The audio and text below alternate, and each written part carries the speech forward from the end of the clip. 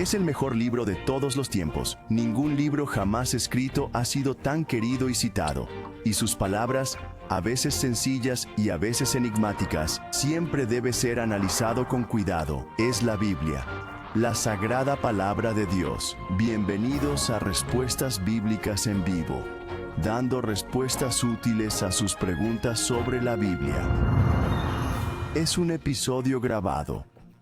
Si deseas recibir alguno de los recursos bíblicos mencionados, por favor escribe a latinoyamazingfacts.org o llama 108-356-747. Ahora, aquí está su anfitrión de Amazing Facts International, el pastor Doug Batchelor. Hola amigos, ¿quieren oír un dato asombroso? Es conocido como el polígamo del siglo. En ese año los medios árabes informaron sobre un saudí que contrajo matrimonio 53 veces en 43 años, buscando paz en su vida.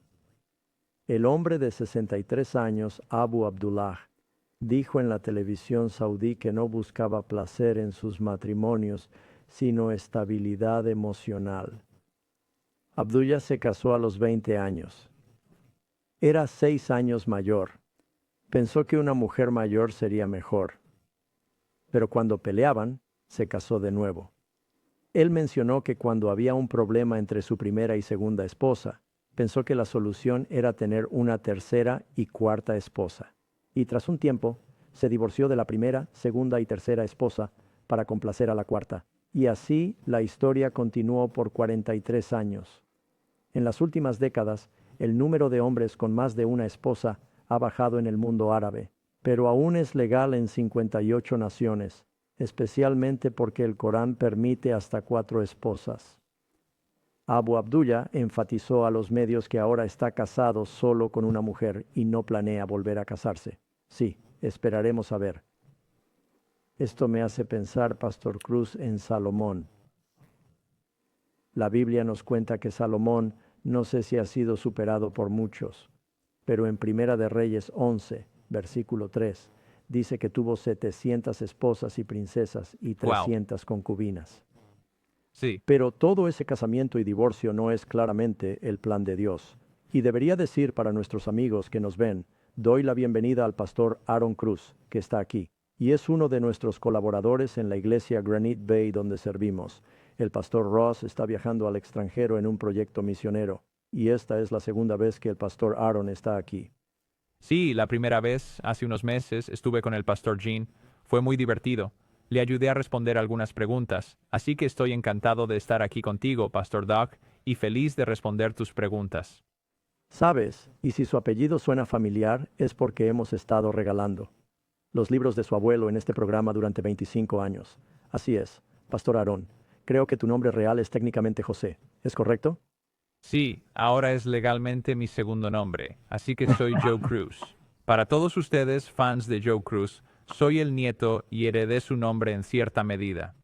Así que creo que es genial cómo el Señor organizó todo y seguimos dando libros de Joe Cruz.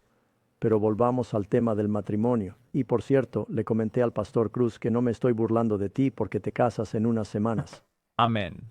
Solo un mes. Mi futura esposa está aquí en el estudio. Ella no hará una aparición, pero está aquí para apoyarme, y estoy muy emocionado por eso. Y no tengo intención, Katie. Si me oyes, no planeo tener a más de ti como mi esposa. Así que Amén. sí, trataré de seguir el modelo bíblico en esto. Así es. Y hay un versículo que menciona eso porque creo que todos sabemos que en algunos países no solo tienen varios matrimonios, sino que algunas personas se casan, se divorcian y luego se vuelven a casar repetidamente. Y le dije a nuestro equipo antes del programa que mi padre se casó 5 veces y mi madre 4 veces.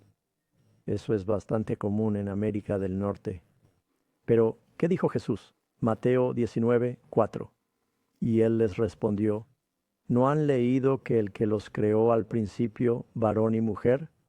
Y dijo, por esta razón, un hombre dejará a su padre y a su madre y se unirá a su mujer, y los dos se harán uno en carne. Así que ya no son uno, ya no son dos, sino uno solo. Por lo tanto, lo que Dios ha unido, que no lo separe el hombre. Recibimos muchas preguntas en nuestras emisiones sobre el matrimonio y el divorcio, y si alguien puede volver a casarse, y cuáles son las razones para el divorcio, y tenemos una oferta especial hoy. No lo hacemos a menudo, pero es un libro. La Biblia sobre matrimonio, divorcio y nuevo matrimonio. Y vamos a regalarlo esta noche, para aquellos que quieran una copia. ¿Cómo lo hacen? Sí, bueno, simplemente puedes ir a si tienes un teléfono, simplemente marca el número 250 y luego di a tu celular, respuestas bíblicas en vivo. Ese es el número 250 y luego di respuestas bíblicas en vivo. Pero si no tienes un celular y solo tienes un teléfono normal, algunos de nosotros todavía los tenemos, puedes llamar al 1-800-835-6747. Amén. Bueno, antes de ir a los teléfonos y nuestras preguntas de esta noche, Pastor Aaron, ¿puedes orar por nosotros? Me encantaría. Oremos. Querido Padre del cielo, gracias por este día que nos has dado. Señor, te pido que hables a través de nosotros esta noche mientras respondemos preguntas bíblicas. Por la gracia de Dios, llénanos con tu espíritu, en el nombre de Jesús. Amén. Amén. Está bien, listo. Vamos a las llamadas. Veamos qué hay. Está bien. Bueno, nuestro primer oyente de esta noche es Joe, que llama desde Washington. Hola Joe, ¿estás aquí? ¿Cuál es tu pregunta esta noche? Estoy aquí, gracias. Qué placer. Tengo una amiga, y es una amiga nueva. Soy blanca y ella es de raza negra. Hablamos mucho sobre la raza porque estoy casada con un hombre negro. Eso abre la puerta sobre el tema del racismo. Y ella me contó que su gente cree que Dios los maldijo con una maldición por un pecado. Y por eso han pasado siglos siendo abusados. Y no creo eso, pero no sé dónde buscar en la Biblia para contrarrestar eso. Bueno, vamos a compartir contigo, sí. Si miras en el libro de Génesis cuando se menciona a Noé y creo, que podrías encontrar esto en Génesis 9, donde dice en el versículo 20, Noé se hizo agricultor y plantó una viña, y luego bebió el vino y se emborrachó y quedó descubierto en su tienda. Estaba tambaleándose borracho y sin ropa. Y él, el padre de Canaán, vio la desnudez de su padre y en lugar de, ya sabes, cubrir a su padre, salió. Y creo que él y su hijo Canaán se rieron de su padre, que estaba tambaleándose borracho en la tienda. Pero Sem y Jafet fueron y entraron en la tienda con una prenda y lo cubrieron. Y luego Noé, cuando se recupera, lanza una maldición sobre Cam. Y hay quienes han afirmado que los 3 hijos de Noé crearon las 3 razas, y que Cam era negro, Jafet era asiático y Sem era blanco, y no hay verdad bíblica. Creo que algunas personas usaron eso hace años para intentar justificar la esclavitud y argumentaron que Cam era el padre de todos los africanos. Pero no ves las naciones dividiéndose hasta Génesis 11. Y básicamente se reunieron según los idiomas que podían entender. No tenían nada que ver con el color de la piel. Así que las razas no crecieron sus distinciones hasta que la gente se separó y a través de la genética funciona a través de matrimonios entre generaciones. Algunos rasgos se vuelven dominantes. Eso fue un mito que se ha mantenido y algunas personas creo aún lo repiten, pero es absurdo y no es bíblico. Sí, buena respuesta, Pastor Doug. Otro versículo que me viene a la mente es el segundo mandamiento. En Éxodo 25 se refiere a: Yo, el Señor tu Dios, soy un Dios celoso, que visita la iniquidad de los padres sobre los hijos hasta la 4ª generación. Cam cometió un pecado contra su padre, pero no hay evidencia de que ese pecado haya tenido consecuencias durante Por cientos y generaciones. cientos de generaciones, ¿verdad? Cierto. Eso no es algo que esté presente. Está bien. Nuestro próximo oyente llama desde Ohio y su nombre es Glenn. Hola Glenn, ¿estás ahí? Sí, estoy aquí. Gracias por atenderme. Mi pregunta es sobre las fiestas de Levítico 23. La gente me dice que soy un poco exagerado, pero esas no son fiestas judías. Dios dice, dile a los hijos de Israel que estas son mis fiestas, con M mayúscula. hablamos de las fiestas de Dios, y la pregunta que tengo sobre esto es que parece haber una alusión entre la gente sobre el cumplimiento de las fiestas, si deben ser o no, o si no son para los cristianos, y muchas creencias diferentes, las fes opinan si deben ser guardadas. Y mi pregunta es, ¿debemos guardar las fiestas en virtud de la Escritura, Zacarías? Capítulo 14, versículos 16 a 19. ¿Eso tiene alguna relevancia sobre si debemos guardar las fiestas de los tabernáculos? Bueno, déjame hacer algo, Glenn. Para nuestros amigos oyentes, leeré Zacarías 14. Judá también peleará en Jerusalén, y la riqueza de todas las naciones será reunida, oro, plata y vestiduras en abundancia. Así será la plaga sobre el caballo, la mula y el camello en ese día. Y creo que quieres ir especialmente al versículo 16. Y sucederá que todos los que queden de todas las naciones que han venido contra Jerusalén subirán de año en año y adorarán al Rey, el Señor de los ejércitos, para celebrar la fiesta de los tabernáculos. Ahora, la fiesta de los tabernáculos era su conmemoración de la liberación de la esclavitud. Y recordaremos que Dios nos ha salvado de la esclavitud del pecado. Creo que es solo un símbolo. Por supuesto, al hablar de Jerusalén, se refiere a la nueva Jerusalén en el cielo. Puedes leer en Isaías 66, donde dice, y de luna nueva a luna nueva y de sábado a sábado, toda carne vendrá a adorar al Señor. Así que entre esos 52 sábados en un año, uno será un modo especial de recordar nuestra redención. Ahora le diría a alguien que si quieres guardar las fiestas, diviértete. Dice en Romanos 14 que un hombre considera un día más que otro, y si vas a considerar un día, hazlo para el Señor. Si no vas a considerar el día para el Señor, no lo guardes. Él se refiere específicamente a las fiestas y no al sábado de los 10 mandamientos, que formaba parte del plan perfecto de Dios. Las fiestas llegaron por el pecado. El sábado de los 10 mandamientos estaba en el Edén, vuelve al principio. Pero tenemos un libro con una copia gratuita para ti, Glenn. Las fiestas, y si llamas a Amazing Facts, llama a ese número de recurso y pide el folleto sobre las fiestas. Sí, es un buen recurso.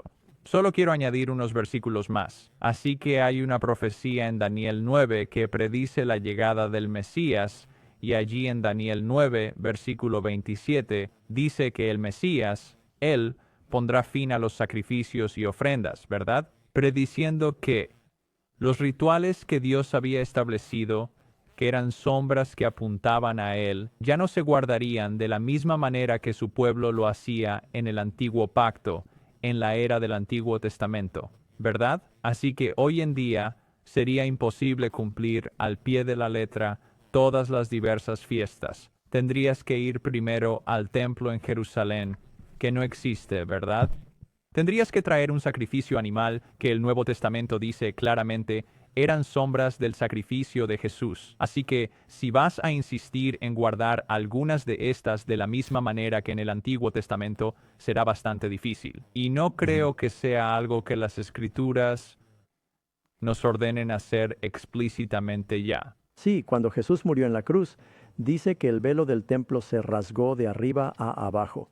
Esto mostró que todo el sistema ceremonial de sacrificios y fiestas, y de eso también se menciona en Colosenses. Sí, ¿Sabes? Todo eso está en Colosenses 2. está bien. Nuestra siguiente llamada es de Abigail, que llama desde Florida. Bienvenida a Bible Answers Live, Abigail. ¿Cuál es tu pregunta? Hola, ¿cómo estás, pastor? Todo Bien. va bien. Mi pregunta es sobre 1 Corintios 11, del 2 al 12, que discute los velos. Está bien, me pregunto qué significa exactamente esta parte, y si las mujeres todavía deben usar algo que cubra la cabeza al orar o profetizar hoy en día. Sí. Bueno, este es un versículo difícil en el que, cuando lo lees, parece que dice que las mujeres no deben orar o enseñar en público sin cubrirse la cabeza. Y la pregunta es, dado que no hay ningún mandato en el Antiguo Testamento que diga esto específicamente, y por qué Pablo usa la palabra más adelante en el capítulo, dice, no tenemos otra costumbre. Y muchos han pensado que esto era una costumbre de respeto. Por cierto, ese es el versículo 16. Si alguien parece ser contencioso, no tenemos tal costumbre, ni las iglesias de Dios. ¿Es esto un mandato bíblico? Se entiende que como un término de respeto y o sumisión a sus esposos, las mujeres debían cubrirse la cabeza en público. Sé que Pastor Cruz, cuando viajó a Europa, e incluso algunos lugares en India, las mujeres siempre cubren sus cabezas. Recuerdo que aquí en América del Norte fui a visitar a una señora pentecostal apostólica para darle un estudio bíblico. Y al final, cuando nos arrodillamos para orar, ella se veía muy nerviosa, porque no tenía nada en la cabeza, y agarró las cortinas y estaba junto a una cortina. Agarró las cortinas y se las puso en la cabeza porque era muy sensible a orar en público, sin tener la cabeza cubierta. Y eso siempre me impresionó, y pensé, bueno, no tengo problema. Verás que las mujeres menonitas a menudo tienen la cabeza cubierta. Alguien quiere hacer esto, pero no creo que se pueda hacer un mandato. La Biblia dice que con 2 o 3 testigos tienes este versículo. ¿Es esto una costumbre? Si fuera un mandato, verías más evidencia en otro lugar, creo. Nuestra próxima llamada desde Nueva York. Tenemos a Frank en la línea. Hola, Frank. Sí, hola Pastor Cruz y Pastor Doug, ¿cómo están hoy? Tengo una pregunta que, como sabes, me ha causado un poco de problemas, pero aún así he conseguido manejarlo lo mejor que he podido. Leí que es una abominación investigar en lo oculto y en hacer lo que va contra la voluntad de Dios en piedad. Y mi pregunta ¿es un pecado en sí mismo investigar mal, adoración y hechicería? ¿Existe algún pasaje en la Biblia que afirme que es preferible solo ser cristiano y seguir a Dios, leyes en lugar de, ya sabes, reflexionar sobre lo que es la adoración al diablo? Sí, es una buena pregunta. Supongamos que quieres investigar la adoración al diablo para predicar contra ella. Si investigas porque te interesa, eso puede ser muy peligroso. Creo que recomendaría a la mayoría de las personas, a menos que tengan un llamado especial de Dios, que se enfrenten a algo que requiera un estudio más profundo. Escuché de un pastor que estaba en una comisión sobre pornografía en Washington y pensó que para entender mejor lo que iba a tratar en la comisión tenía que investigar la pornografía, y al hacerlo se volvió adicto a la pornografía. Por lo tanto, te diría que te alejes de las obras de las tinieblas, como dice Pablo en Efesios, y simplemente evita estas cosas. Dios dice que no habrá entre vosotros nadie que consulte a los muertos, a un adivino, a un mago o a una bruja. Te vuelves como lo que miras. Mantén tus ojos en Jesús. Quizás este es un versículo que te será útil. Está en el Nuevo Testamento, Efesios capítulo 5, versículos 11 al 13, que dicen: No tengáis comunión con las obras infructuosas de las tinieblas, sino más bien exponedlas. La pregunta es, ¿cómo las exponemos? Bueno, Pablo dice, pues es vergonzoso incluso hablar de esas cosas que ellos hacen en secreto, pero todas las cosas que son expuestas son manifestadas por la luz, pues todo lo que hace manifiesto es luz. Así que la forma en que debemos exponer la oscuridad no es uniéndonos a ella, ni tratando, ya sabes, profundizar en todas las cosas que Satanás está haciendo, sino proclamando la luz de la palabra de Dios. Sí, sí, amén. Y esa es la respuesta. Gracias, Frank. Espero que te ayude un poco. Y claro, Amazing Facts tiene una lección llamada ¿Inspira Dios a los astrólogos y psíquicos? Inspira Dios a los astrólogos y psíquicos. Si quieres una copia gratis, puedes llamar al número que aparece en pantalla. ¿O qué más pueden hacer? Si tienes un teléfono, puedes marcar el número 250-250 y pedir ese recurso. Sí, solo tienes que decir respuestas bíblicas Respuestas en y te vivo. llevará a... Muy bien, ¿quién sigue? Muy bien. Nuestro próximo oyente es Steve, que llama desde Texas, y parece que es su primera vez, Steve. Bienvenido a nuestro programa. Gracias. Saludos desde Texas. Amén. Tenía curiosidad acerca de quién estaba dirigiendo la tienda en el cielo cuando Jesús estaba en la tierra. ¿Había deberes sacerdotales y quién los cumplía? Buena pregunta. Cuando piensas en Cristo como nuestro sumo sacerdote, la Biblia nos dice que en Hebreos, y lo que un sacerdote hace típicamente es ofrecer sangre y sacrificio. Está intercediendo con la sangre del sacrificio y es un mediador para el pueblo. Bueno, Cristo siempre ha sido nuestro mediador, pero no fue hasta el sacrificio de Jesús que fue ante el Padre pidiendo con su sangre. Hasta entonces existía el sistema ceremonial y el templo en la tierra, y los sacrificios en la tierra prefiguraban lo que Jesús haría al final. Así que al hablar del templo celestial, ten en mente dos cosas. Tienes el lugar donde vive Dios, donde está su trono en el cielo, y Dios siempre ha estado en su trono. Pero en cuanto al ministerio sacerdotal, que es único por el pecado, Jesús no lo activó hasta después de su sacrificio. Sí. Tenemos una guía de estudio, Steve, que trata sobre el templo en el cielo, llamado Dios trazó el plan. Y te enviaremos una copia gratuita si lo deseas. Se llama Dios trazó el plan. ¿Cómo lo consiguen? Pueden obtenerlo llamando al 1-800-835-6747 y diciendo respuestas bíblicas en vivo, o si tienes un teléfono móvil, marca el 250 y di respuestas bíblicas en vivo. Amén. Está bien. El siguiente oyente, que llama desde Illinois y se llama Larry. Larry, mi padre también se llama Larry, así que es un buen nombre. Bienvenido al programa. Gracias, bienvenido. Bien, aquí está.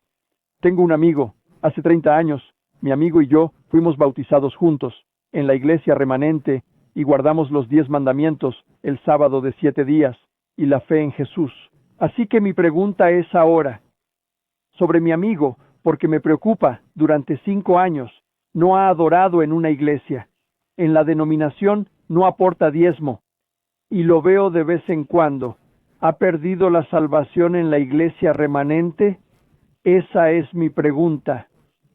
¿Y cómo puedo ayudarlo? Muy bien. Bueno, la parte importante de esa pregunta es si una persona que quiere compañía puede alejarse. Y la respuesta es sí. Pablo lo dice claramente. Podría predicar a otros y ser yo desechado. Existen ejemplos en la Biblia de quienes, en Hebreos capítulo 6, caminaron con el Señor, pero se apartaron. Y dice que es imposible renovarlos a arrepentimiento. Ese sería un caso único, pero claramente se han apartado. En Apocalipsis dice, arrepiéntete o quitaré tu candelero y habla a las iglesias. Entonces, ¿cómo llegas a un amigo o ser querido que se aleja? Normalmente hay 4 cosas que puedes hacer. Una es ser un buen testigo para ellos. 2, reza por ellos.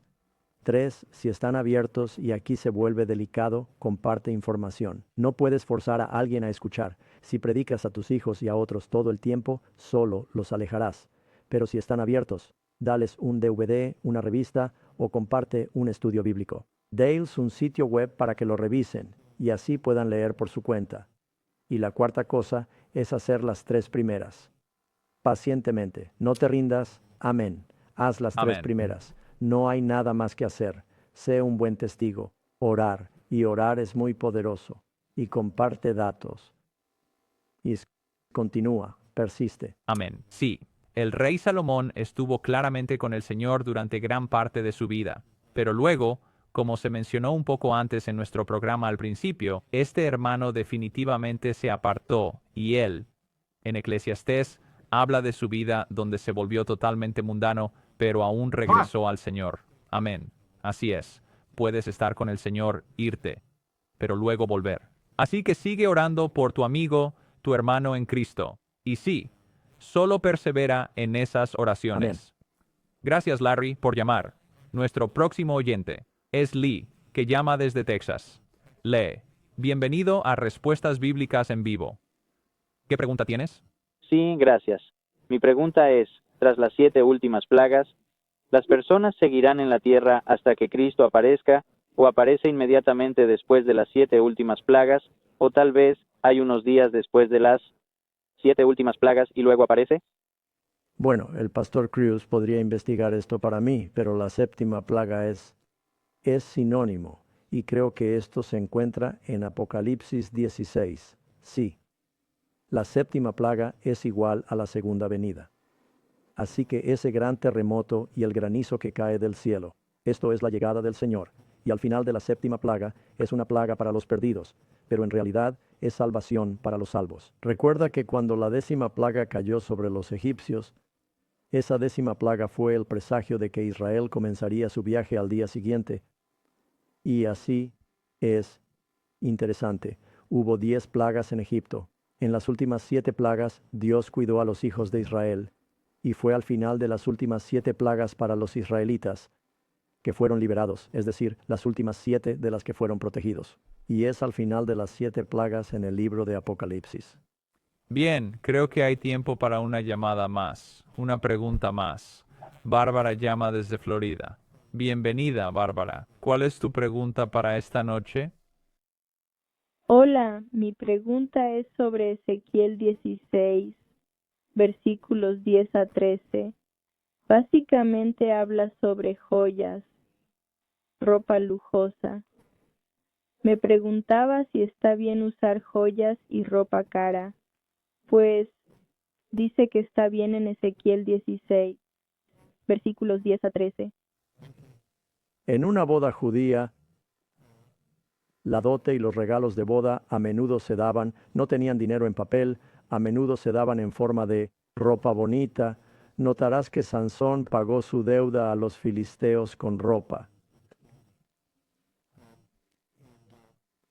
Pero si lees lo que dice, por ejemplo, tienes que comparar las escrituras con las escrituras para decir, bueno, ¿qué piensa Dios sobre las joyas? Ve a Isaías capítulo 3, y si miras aquí, déjame ver.